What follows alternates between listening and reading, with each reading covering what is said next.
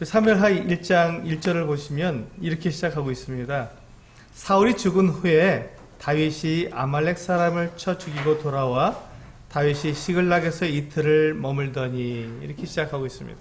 여기 보시면 이제 첫 문장이 사울이 죽은 후에로 시작하고 있습니다. 이제 사무엘 상에서는 사울이 왕이 되었고 이제 사울과 또 다윗이 이 사울의 뒤를 이어서 왕이 될 사람으로 이제 하나님께 지목을 받고 사무엘에 의해서 기름 부음을 받은 이후에 다윗이 왕이 되기 전까지 이제 그리고 사울이 계속해서 왕으로서 40년 동안 이스라엘을 다스리는 이 기간이 이어지는 동안에 이제 그 마지막 이제 사울 왕이 이 길보아산 전투에서 이제 전사하게 되고 이제 사울 왕의 시대가 다 끝나고 이제 드디어 하나님께서 그 사무엘을 통해서 이 세우신 다윗이 왕이 되는 이와 같은 시대가 열리게 되는 것입니다. 새로운 시대가 시작되고 또 새로운 이제 그 지도자가 세워지는 바로 그 시점이 바로 이 사울이 죽은 후에라는 말부터 시작되고 있는 것이죠. 그런데 이제 우리가 이 사무엘하 우리가 1장을 다 읽어오셨으리라고 생각이 되면서 제가 바로 이제 사무엘하 내용을 1장 내용을 통해서 바로 말씀을 드리도록 하겠습니다. 사무엘하 1장에서 우리가 봐야 할 지도력, 이 지도력은 어떤 것이냐면 제가 제목을 붙여봤는데요. 이 사무엘하 1장에서는 인도자를 알아주라라고 하는 제목으로 말씀을 드리겠습니다. 인도자를 알아주라. 우리가 이 교회의 지도력은, 교회의 리더십은 성도들이 이 지도자, 인도자를 알아주는 것에부터 시작합니다. 오늘은 이제 그 이야기가 이제 사무엘하 1장을 통해서 우리가 어떻게 왜 우리가 인도자를 알아줘야 하며 하나님께서 세우신 일꾼들을 알아줘야 되는 것인가 하는 것들을 한번 이렇게 살펴보도록 하겠습니다. 오늘 본문에 보시면 한 청년이 나옵니다. 이 청년은 아말렉 사람인데요. 이 아말렉 군인으로서, 아말렉 사람으로서 이스라엘에 이렇게 귀화됐다고 할 수도 있고 이스라엘 편에서 좀 전쟁을 벌인 그와 같은 사람입니다. 그래서 근데 이 청년이 아말렉 그 사람인데 이스라엘 편에서 이스라엘 군 그 진영에서 함께 싸우다가 이제 그가 이제 이스라엘이 그 블레셋에 패하게 되고 사울 왕과 그의 아들들이 죽게 된 이후에 이제 그 진영에서 도망쳐 나와서 지금 이 다윗에게로 이렇게 도망쳐 나온 그 같은 사람입니다. 그가 그 진영에서 그 도망쳐 나와서 자기 집으로 가지 않고 다윗에게로 온 이유가 있었습니다. 그것은 다윗에게 전할 소식이 있었던 것이죠. 그는 지금 그 사울 왕의 왕관과 사울 왕의 팔에 있었던 고리를 빼어가지고 사울 왕의 죽음을 이 다윗에게 전하고자 지금 그 진영을 빠져나와서 도망쳐 나와서 이제 그 다윗에게로 온 것입니다. 다윗은 지금 시글락에 있었습니다. 이 시글락에 있는 그 다윗에게 찾아와서 지금 그렇게 그가 그 소식을 전하려고 했는데 이 청년이 이제 다윗의 진영에 와서 다윗 앞으로 그가 이끌려 들어가게 됩니다.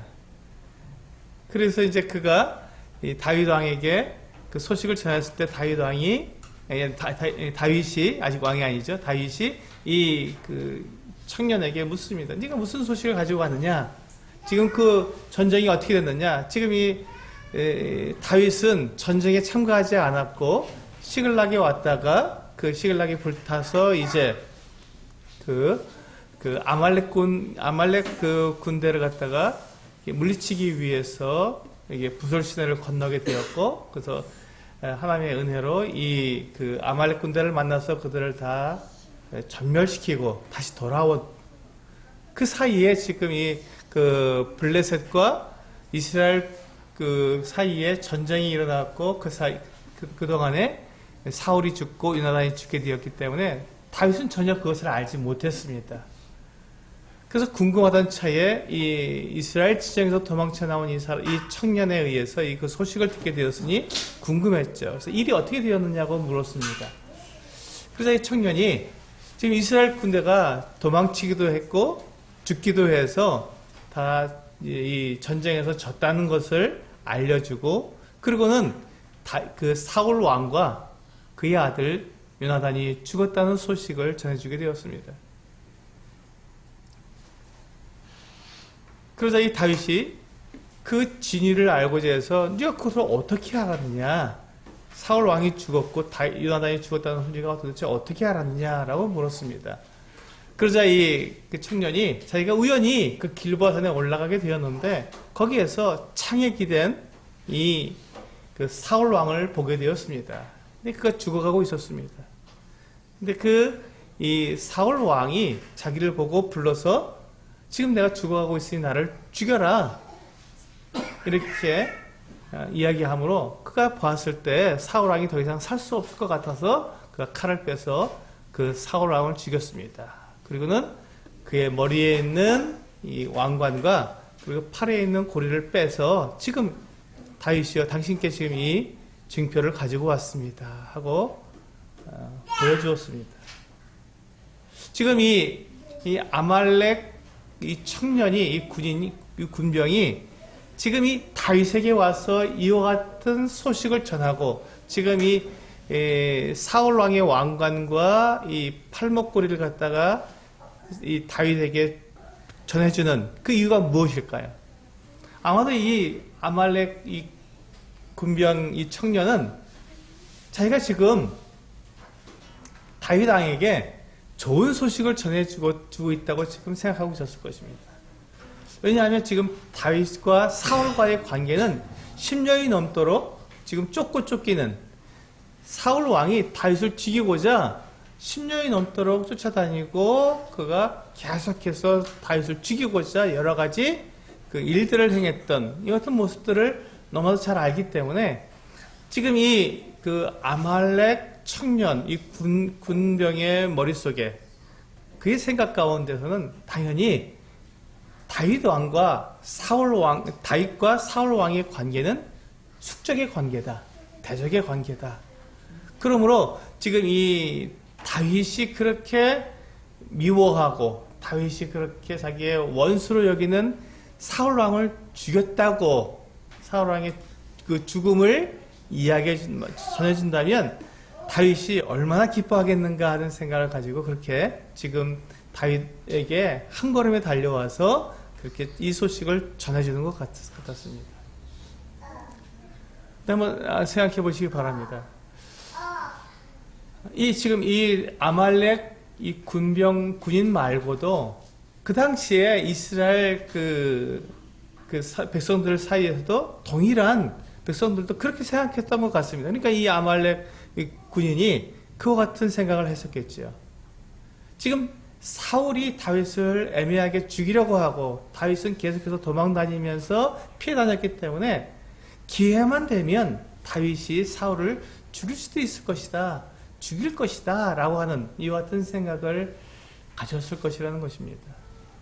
그래서 그 이스라엘 백성들과 또 이 아말렉 군인 이 청년인이 동일한 그 같은 생각들을 가지고 있었을 것이라는 우리가 예상을 할 수 있습니다. 근데 여기서 이제 우리가 이 아말렉 청년이 이 다윗을 그 용감한 군인이요, 참 하나님의 사람으로서 잘 알고 있었지만 한 가지 그가 간과했던 것이 있었습니다. 이 아말렉 청년이 지금 이 사울의 죽음에 대한 소식을 다윗에게 전하면서 한 가지 그가 지나쳐버린 것, 그가 생각하지 못한 부분이 있었는데 그것은 다윗은 믿음의 사람이었다는 것입니다. 다윗은 하나님을 믿는 사람이었고 다윗은 믿음의 사람이었다는 것을 이 아말렉 청년이 간과한 것 같습니다. 여기서 보시면 지금 이 아말렉 청년이 지금 다윗에게 와서 그 사울 왕의 죽음과 요나단의 죽음을 보고 소식을 전해줄 때 그의 마음에는 당연히 그것이 이 다윗에게 굉장히 그 숙적을 제거하는 아주 굉장히 좋은 소식이라고 생각했던 이것은 우리가 일반적으로 말할 때 정치적 판단이라고 우리는 말할 수 있습니다. 정치적 판단. 지금 이 다윗이 지금 이 사울 왕에 대해서 자기가 지금 이렇게 지금 자기가 왕이 되고자 했는데 사울 왕이 있으니 자기가 지금 왕이 되지 못하였고 어떻게 하든지 이 사울 왕을 제거해서 자기가 왕이 되고자 하는 그 어떤 마음을 가지고 있다고 사람들이 그렇게 생각을 했던 것이죠. 정치적인 판단이 바로 그것 아니겠습니까? 우리가 정치적인 판단이라고 할 때 이것을 어떤 의미로 사용하는 거냐면 수단과 방법을 가리지 않고 자기의 목적을 이루기 위해서 행하는 그 같은 방법을 우리는 정치적인 판단, 정치적인 견해 이렇게 우리는 말을 합니다.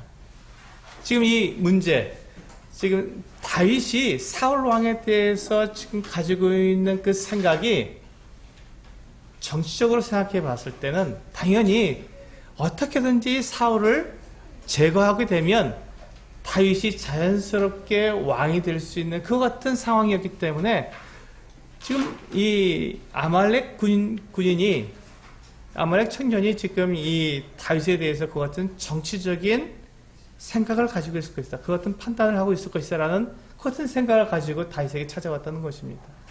그래서 수단과 방법을 가리지 않고 이 사울을 죽이려고 했었는데 자기가 지금 이 사울 왕을 죽였다고 보고하게 되면 자기가 이 다윗에게 칭찬을 받고 상을 받고 어쩌면 자기 그 다윗의 군대 중에 한 좋은 요직에 자기가 자리를 차지할 수도 있다고 하는 생각을 가지고 다윗에게 찾아왔던 것 같습니다.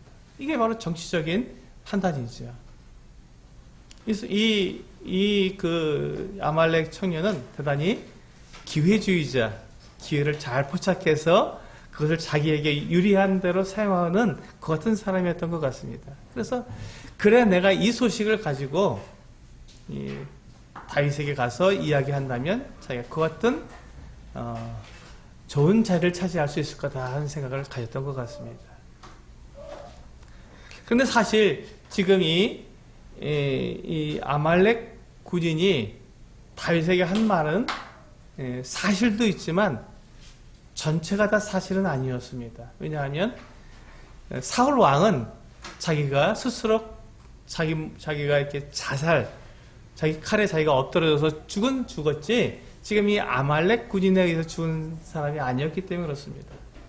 더군다나 이 사울 왕은 지금 자기 그 무기든 우리 사무엘상 31장에 보면요, 무기든 사람에게 자기를 죽이라고 했지 그 할례 받지 않은 이 이방인의 손에 의해서 자기가 죽기를 원치 않았던 사람입니다. 그런데 지금 여기 보면 자기가 아말렉 사람이라는 것을 사울 왕에게 알렸는데 네가 나를 죽여라라고 말했다는 것은 터무니없는 일이었죠. 그렇다면 지금 이 아말렉 군인이 다윗에게 와서 이와 같은 보고를 한 것은 아마도 자기가 우연히 길보아산에 올라갔을 때 죽은 이 사울 왕을 보고 그의 이미 죽은 이 사울 왕을 보고 그의 왕관과 팔목걸이를 가지고 와서 자기가 한 일에 대해서 과장해서 더 크게 과장을 해서 자기가 그와 같은 일을 했다고 이렇게 과장해서 말한 것 같습니다. 이 아말렉 군인은 사실은 거짓말을 한 것이죠. 그 같은 이야기를 한 이유가 바로 그가 정치적인 판단을 통해서 기회를 잡고자 하는 그 같은 마음으로 했던 것이죠.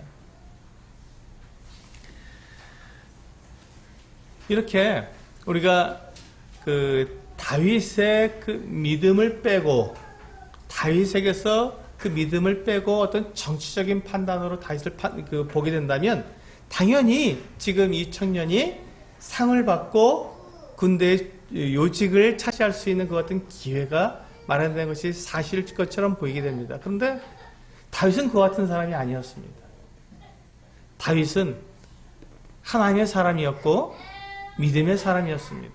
그래서 그는 지금 이와 같은 모든 문제들에 대해서 결코 정치적으로 사람의 방법으로 그가 이 문제를 바라보거나 그것을 해결하려고 할 것이 아니라 정확하게 하나님께서 그에게 말씀하신 것을 믿고 순종하는 믿음으로 이와 같은 일들을 지금 그가 해결해 나가고 있었던 사람이었습니다. 우리가 하나님을 믿는다, 우리가 믿음이 있다라고 하는 말은 이와 같은 의미가 있습니다. 그것은 두려움이 없다, 염려가 없다라는 그런 의미가 들어있습니다. 왜냐하면 우리가 하나님을 믿으면 하나님께서 살아계시고 하나님께서 심판하시는 분이라는 것을 우리가 믿게 된다면 하나님께서 하신 말씀, 하나님께서 우리에게 주신 그 정확한 방법대로 우리가 순종하고 그대로 행했을 때 하나님께서 그 일을 친히 이루시고 하나님의 방법대로 그것이 이루어질 것이며 하나님의 심판 가운데 하나님께서 그것을 옳다 인정함을 받기 때문에 그는 그 하나님의 방법대로 행한 것에 대해서 결코 두려움이 없고 거기에서 염려가 없게 되는 것이죠. 그것이 성공하느냐, 사람들의 은혜에 의해서 사람들이 보는 견해대로 성공하느냐 실패하느냐 그 문제가 아니라 하나님께서 그를 어떻게 판단하시느냐에 그 마음을 두기 때문에 그 일의 성공 여부와 관계없이 내가 하나님 앞에서 내가 어떠한 판단을 받을 것인가를 생각하기 때문에 그는 두려움이 없고 염려가 없는 것이죠. 그래서 그것을 믿음이라고 말을 합니다. 그래서 우리가 이와 같이 지금 이 다윗이 이 사울 왕에 대해서 그가 대하고 있는 사울 왕을 그가 바라보고 있는 사울 왕과 관계 맺고 있는 이와 같은 모든 행동을 보았을 때 그는 하나님을 믿는 믿음으로 이 사울 왕을 대했던 것을 볼 수 있습니다. 다윗은 이 사울 왕을 죽일 수 있는 기회가 여러 번 있었습니다. 그런데 이 다윗은 사울 왕을 죽이지 않았죠. 왜 그렇습니까? 그가 하나님을 믿었기 때문에 그렇습니다. 다윗은 자기의 힘으로, 자기의 노력으로, 자기의 방법으로 왕이 되려고 한 사람이 아닙니다. 하나님께서 자기에게 다윗에게 사무엘을 통해서 기름을 부어서 네가 다음 왕이 될 사람이다라고 말씀해 주셨기 때문에 그가 자기 스스로 왕이 될 필요가 없었던 사람이죠. 그는 하나님을 믿었고 하나님께서 때가 되었을 때 그를 사울의 뒤를 이은 왕이 되도록 그를 세우실 것을 믿었기 때문에 그는 두려움도 없었고 염려도 없었습니다. 그는 하나님을 기다리기만 하면 되었습니다. 그래서 그는 사울 왕에 대해서 미워하거나 저주하거나 그를 숙적으로 삼는 그 같은 우를 범하지 않았던 것이죠. 그래서 이 다윗은 바로 그 같은 믿음의 사람이었습니다. 이 믿음의 사람, 이 다윗이 결코 이 사울 왕에 대해서 그가 자기 힘으로 사울 왕을 죽이고 수단과 방법을 가리지 않고 그가 왕이 되려고 하는 사람이 아니었기 때문에 그는 지금 이 아말렉 청년이 와서 이 다윗에게 그 사울 왕이 죽었다고 하는, 그리고 또 그 요나단까지 죽었다고 하는 이 소식을 전해 주었을 때 이 아말렉 청년이 기대했던 반응과 전혀 다른 반응을 보이게 됐던 것입니다. 이 다윗은 이 아말렉 청년이 자기가 사울 왕을 죽였다고 했을 때 그에 대해서 굉장히 진노하게 되었고 자기 부하를 시켜서 이 아말렉 청년을 죽이라고 했습니다. 지금 이 다윗이 아말렉 청년을 죽이라고 하고 그를 죽인 그 이유가 무엇입니까? 딱 한 가지입니다. 다윗이 이 아말렉 군인을 죽인 이유는 딱 한 가지입니다. 우리 그 1장에 보시면 1장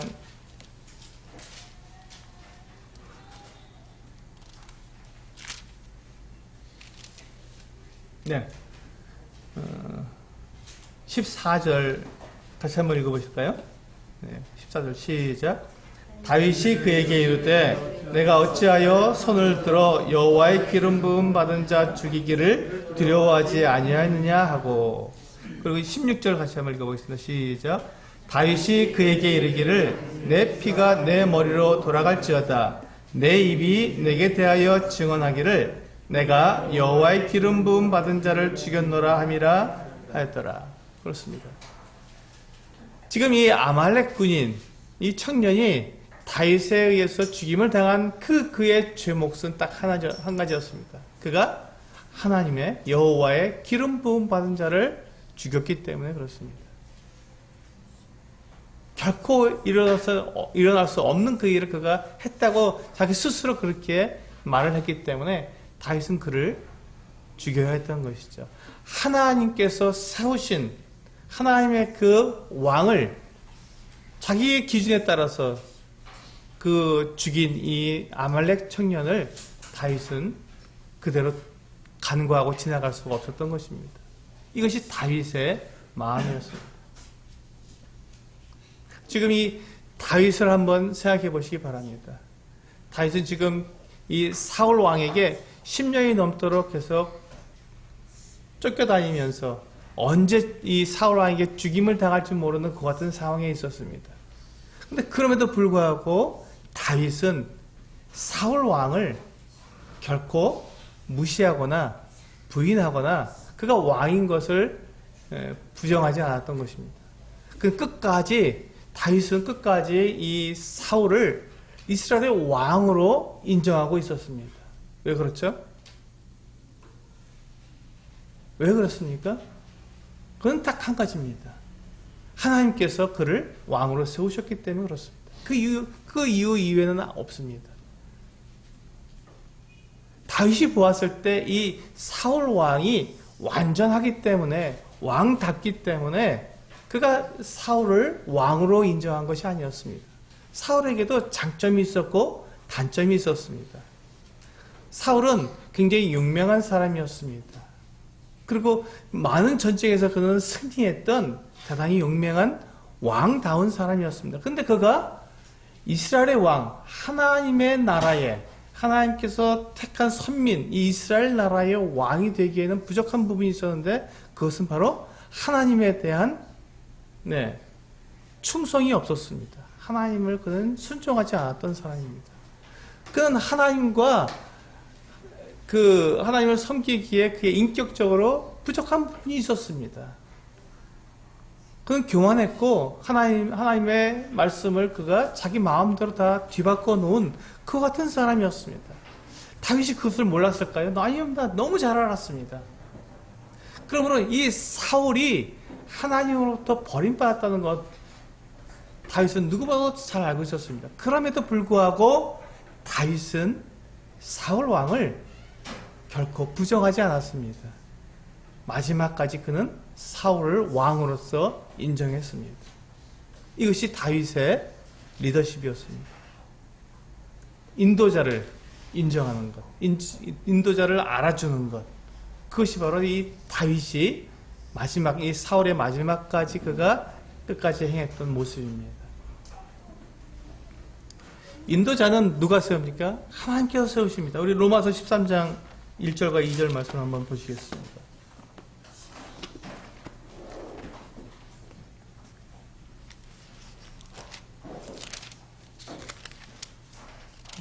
로마서 13장 1절과 2절입니다.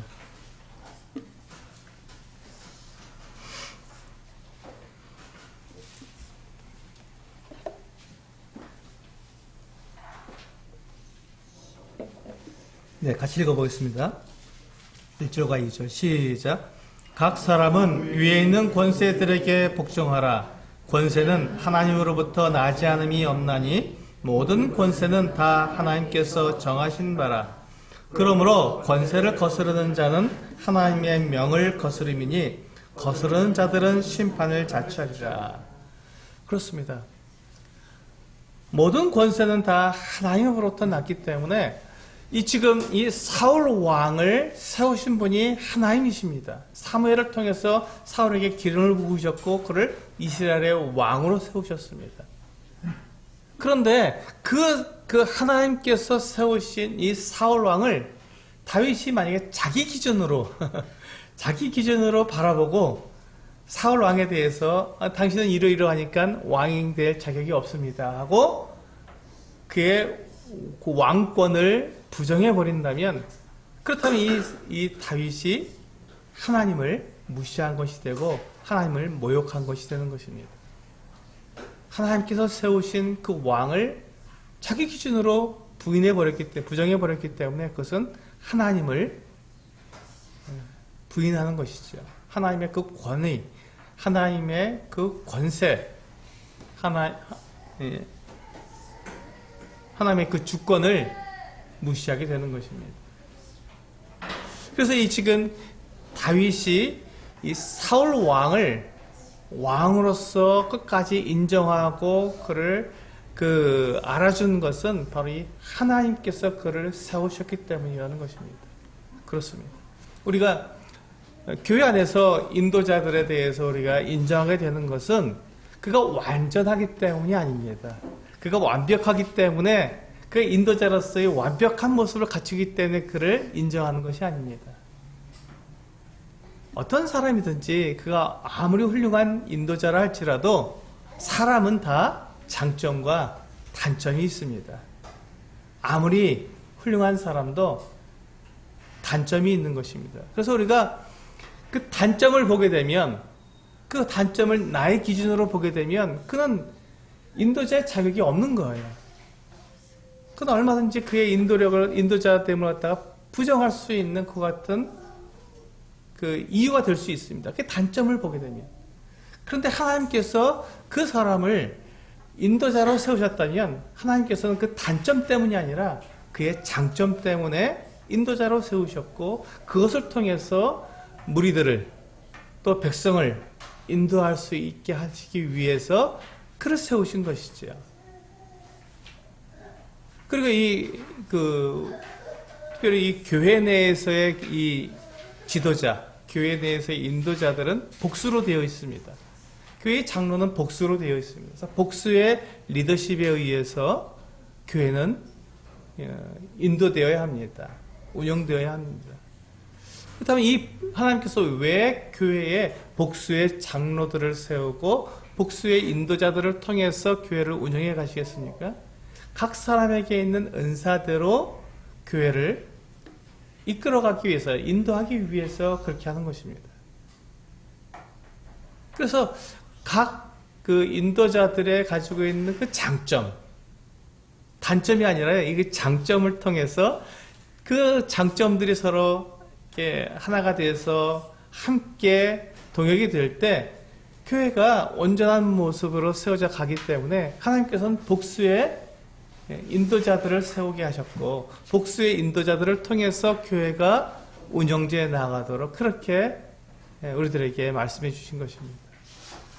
그래서 교회의 그 인도자들을 우리가 바라보게 될 때 인도자들은 완벽하지 않다는 것을 우리는 분명히 인식해야 합니다. 그 어떤 인도자라도 완벽하지 않습니다. 장점이 있고 단점이 있습니다. 그렇다면 우리가 인도자의 단점을 볼 때 어떻게 해야 합니까? 그것 때문에 그의 그 리더십을 부정하는 것이 아니라 그가 하나님께로부터 받은 이 은사, 그가 하나님께로부터 받은 그 장점, 하나님께서 그를 세우신 그 이유, 목적에 따라서 그와 같은 그 은사, 그가 교회를 다스릴 수 있고 가르칠 수 있는 그 장점들을 바라보면서 그것을 인정하는 것이죠. 그것에 대해서 인정하는 것입니다. 이것이 주님께서 우리들에게 말씀하신 그 지도력이며 그 인도자들에 대해서 우리가 인정하는 것입니다. 우리 데살로니가 전서 5장 말씀을 한번 보시겠습니다. 데살로니가 전서 5장입니다.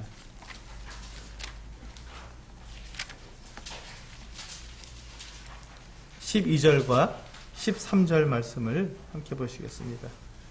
데살로니가 전서 5장 12절과 13절입니다. 네, 같이 읽어보겠습니다. 시작.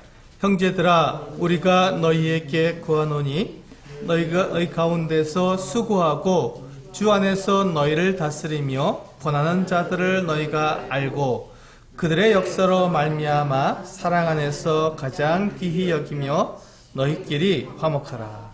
여기 보시면 너희 가운데서 수고하고 주 안에서 너희를 다스리며 권하는 자를 어떻게 하라고요?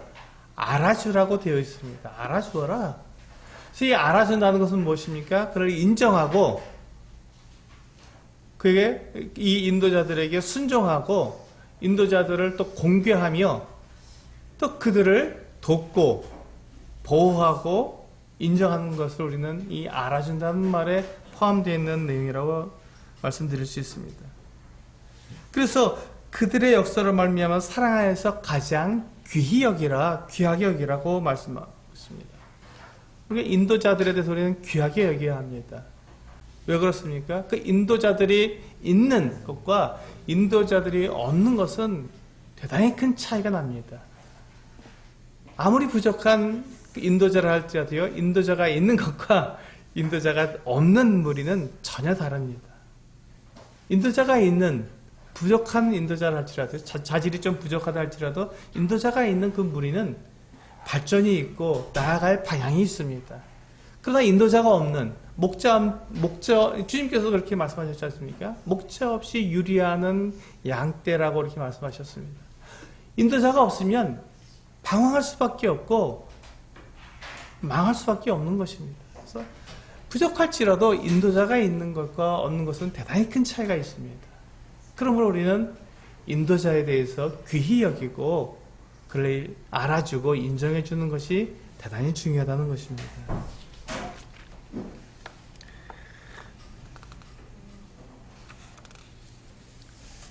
우리가 이렇게 바울이 지금 데살로니가서 5장에서 그 인도자들을 알아주라고 하는 것은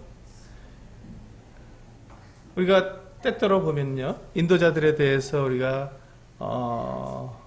헐뜯고 또 부정하고 내가 더 인도자들하고 또 이렇게 동등되게 나를 높이려고 하고 이와 같은 모습들을 가지기 때문에 그런 어떤 그 유혹이 우리 사람들의 마음 가운데 들어오기 때문에 그와 같은 것들을 경계하기 위해서 지금 이와 같이 말씀하고 있는 것입니다.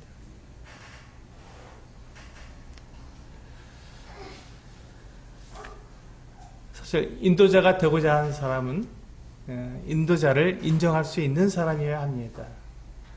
그렇게 할 때 백성들, 무리들은 안정을 찾고 또 그렇게 그 인도자를 따르게 되기 때문에 그렇습니다. 지금 한번 생각해 보시기 바랍니다. 여기 지금 사무엘하를 보고 있는데요. 다윗이 이 사울 왕을 인정하지 않았다면 어떻게 됐을까? 다윗이 사울 왕의 죽음을 듣고 기뻐하며 즐거워하며 잔치를 벌이고 이제 내가 왕이 될 수 있구나 하고 그가 그렇게 사울 왕을 인정하지 않았다면 그렇다면 과연 어떻게 되었을까 우리는 상상할 수 있습니다. 충분히 상상할 수 있습니다. 그렇게 되었다면 이 사울을 따랐던 많은 사람들이 결코 다윗을 따를 수 없었을 것입니다. 사울은 대단히 훌륭한 왕이었습니다. 인간적으로 봤을 때는 대단히 훌륭한 왕이었습니다. 그가 하나님과의 관계 가운데서 그가 깨어졌고 그가 믿음 없이 행한 것이 사실이지만 그러나 그 인간적인 면에서 봤을 때 그는 왕으로서는 다른 나라의 왕과 비교했을 때는 손색이 없는 그 같은 왕이었습니다. 그렇기 때문에 이 사울을 사랑하고 사울을 정말 따르던 많은 사람들이 있었습니다. 근데 이 사울을 따르던 사람들이 만약에 이 다윗이 사울 왕을 인정하지 않았다는 것을 알게 된다면 결코 그 사울 왕을 따랐던 백성들은 다윗을 따르지 못했을 것입니다. 그런데 지금 다윗이 어떻게 했습니까? 자기를 10년이 넘도록 죽이려고 쫓아다니던 이 사울 왕을 끝까지 마지막까지 그가 인정하고 그의 죽음에 대해서 슬퍼했으며 그의 죽음에 대해서 이 슬픈 비가를 지어서 노래했던 이 모습을 보면서 사울 왕을 따랐던 많은 사람들이 다윗을 그대로 따를 수 있었던 이 같은 모습을 볼 수가 있는 것입니다. 인도자는 이와 같이 다른 인도자들에 대해서 분명하게 인정하고 알아주고 그렇게 함으로써 그 함께한 무리들이 안정감을 가질 수 있도록 해야 하는 것입니다. 그렇게 하지 않았을 때 교회는 또 이 무리들은 분열되기 때문에 인도자는 결코 다른 인도자에 대해서 험담하거나 무시하거나 부정하는 이와 같은 행동을 해서는 안 되는 것이죠.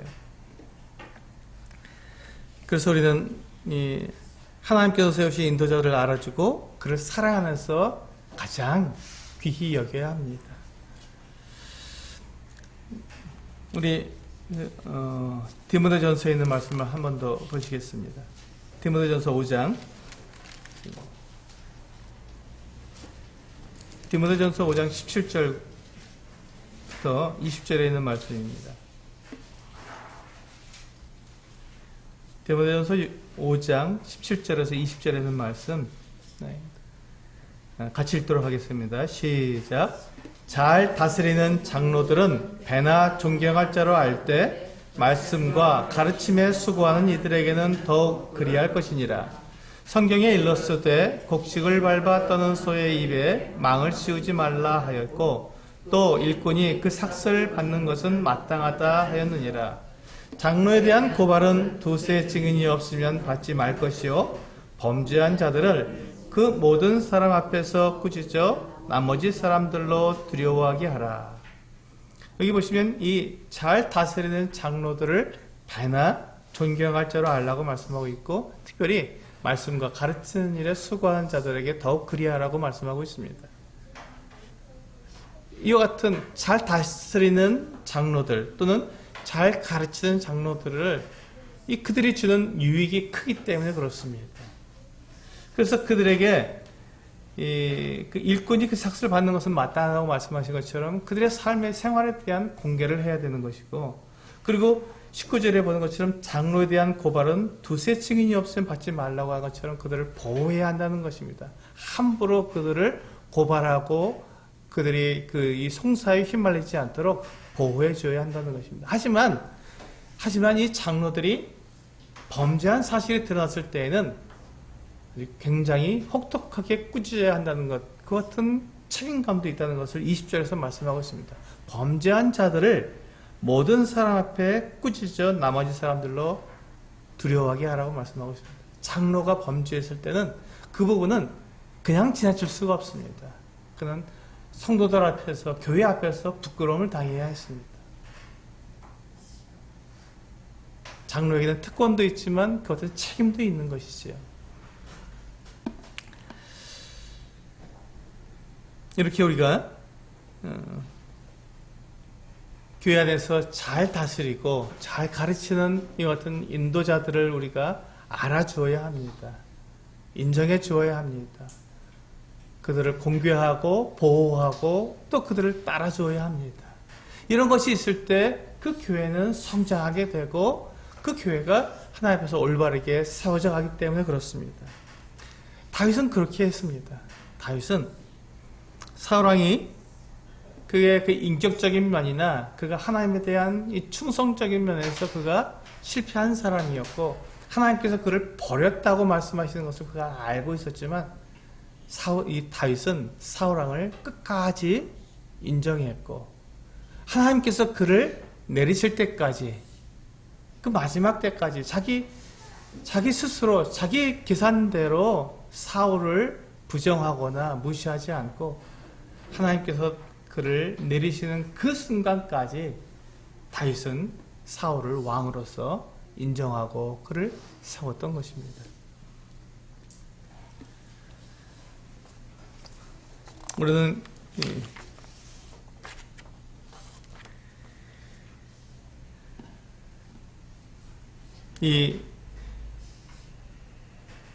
지금 그 아말렉 그 청년이 다윗에게서 알지 못했던 것, 다윗에게 그가 올 때 그가 알지 못하고 왔던 그것은 바로 이 부분이었습니다.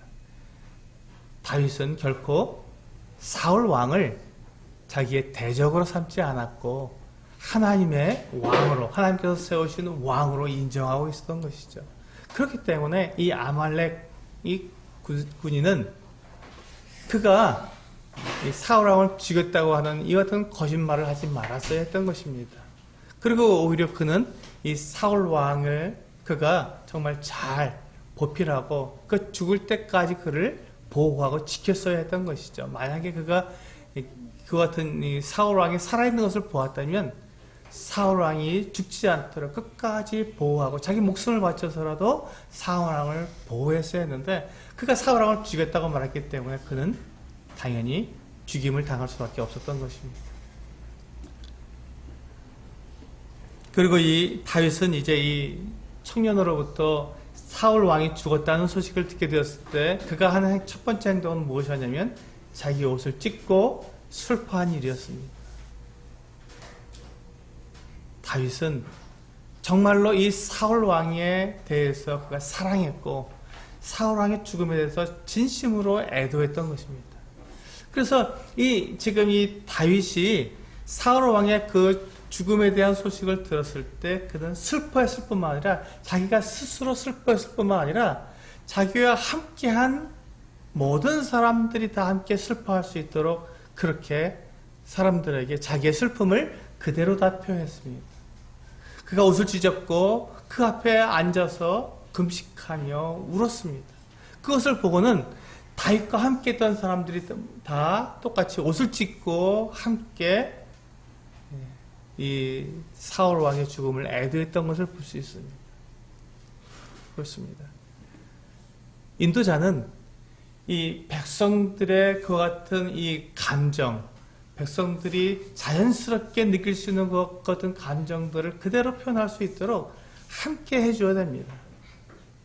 결코 그들의 감정을 거스르고 자기의 그냥 감정에 휩싸여서 자기의 고집대로 이 백성들을 갖다가 이끌어가는 것이 아니라 백성들과 함께 슬퍼하고 백성들과 함께 애도하는 그 같은 모습을 보여야 한다는 것이죠.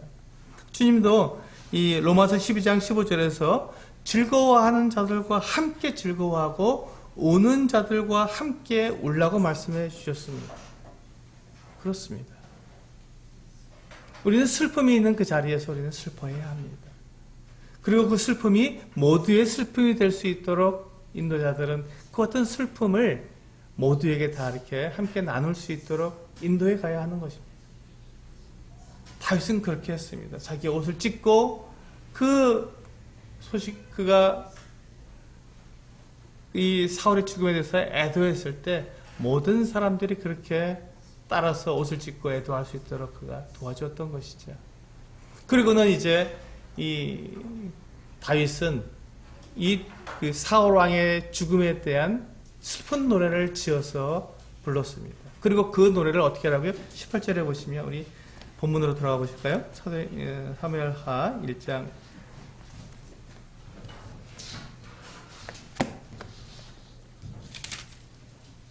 18절에 보시면 17절과 18절 같이 한번 읽어보실까요? 사무엘하 1장 17절과 18절 시작. 다윗이 이 슬픈 노래로 사울과 그의 아들 요나단을 조상하고 명령하여 그것을 유다 족속에게 가르치라 하였으니 곧 활노래라 야살의 책에 기록되었으되. 그렇습니다. 다윗은 지금 자기가 이 슬픈 노래를 지어서 자기가 불렀을 뿐만 아니라 유다 온 족속들에게 그것을 가르쳐서 그들도 그 노래를 부르도록, 그래서 이 사울 왕과 요나단의 죽음에 대해서 함께 슬퍼하고 함께 애도할 수 있도록 그렇게 도와주었던 것입니다. 그렇습니다. 다윗은 진심으로 이 사울 왕을 인정했고 사울 왕의 죽음에 대해서 슬퍼했습니다. 그리고 그 슬픔을 그대로 유다 백성들이 함께 나눌 수 있도록 그렇게 함으로써 그들이 하나가 될 수 있도록 그렇게 인도했던 것입니다. 이것이 바로 참된 리더십입니다.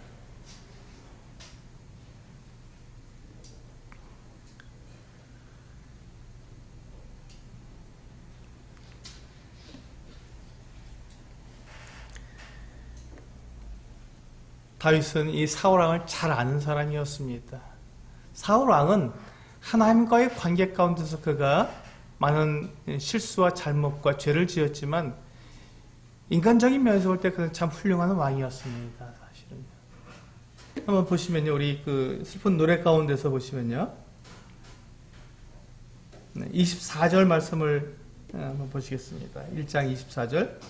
이스라엘 딸들아, 사울을 슬퍼하여 울지어다. 그가 붉은 옷으로 너희에게 화려하게 입혔고 금놀이개를 너희 옷에 채웠도다.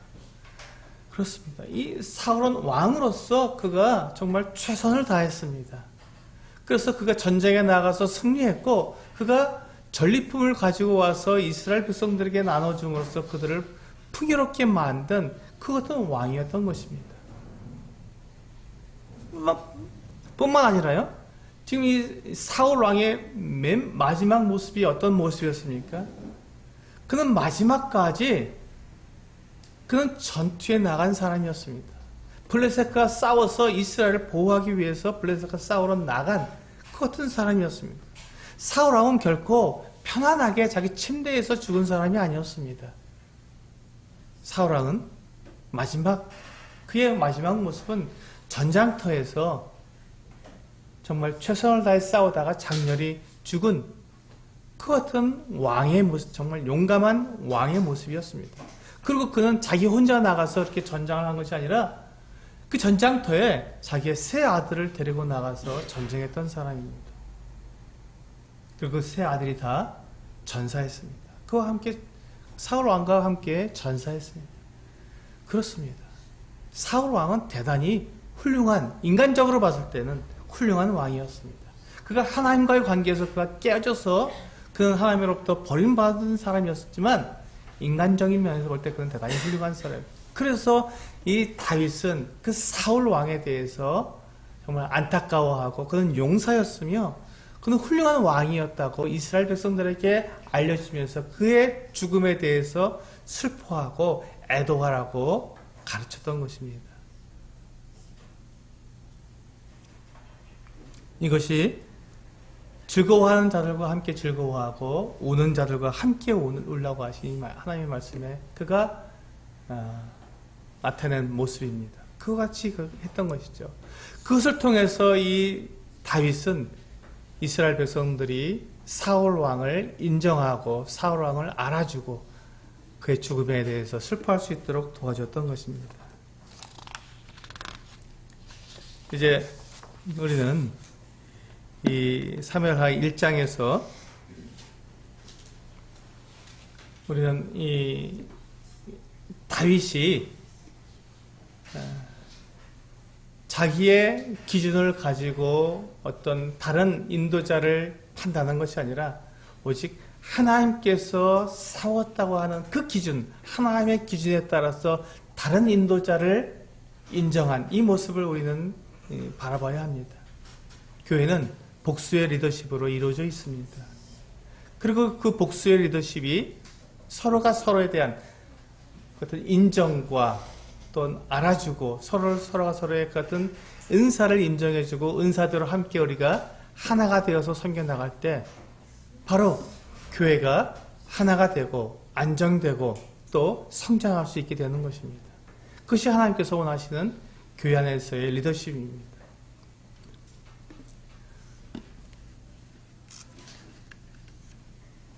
교회의 인도자들이 서로가 서로를 인정하게 될 때 또한 교회의 성도들이 그 같은 장로들을 인정하게 되고 그렇게 돼서 교회가 안정되고 성장하게 된다는 것입니다. 교회 안에 여러 장로들이 세워지는 그 이유는 은사 때문입니다. 각각의 은사에 따라 섬기기 때문에 하나님께서는 이렇게 복수의 장로들을 세워서 교회 안에서 리더십을 행할 수 있도록 그렇게 말씀해 주셨습니다. 그러므로 우리는 여러 장로들을 세워서 각자의 은사대로 성도들을 돌아보고 세우는 것이 성경적인 교회를 세우는 아름다운 방법이라는 것을 우리는 알 수 있습니다. 그래서 우리는 리더십은 인도자를 알아주는 것으로부터 시작하게 됩니다. 인도자가 하나님께서 하나님의 방법대로 정확하게 세워진 인도자를 내 기준으로 판단하는 것이 아니라 하나님의 기준대로 바라보고 그를 인정하고 알아주고 도와주고 함께 해줄 때 우리는 그 리더십이 시작이 되고 교회가 안정적으로 세워져 나갈 수 있다는 것입니다. 우리 서수식교회 이제 앞으로 세워지게 될 그 복수의 그 장로들을 동일하게 인정하고 알아주고 함께하고 세워져 나가는 그 같은 우리 서수교회가 되어서 정말 하나님께서 인정하는, 하나님께서 또 함께 하시는 그 같은 아름다운 교회로 성장해 나가기를 원합니다. 함께 기도하시겠습니다.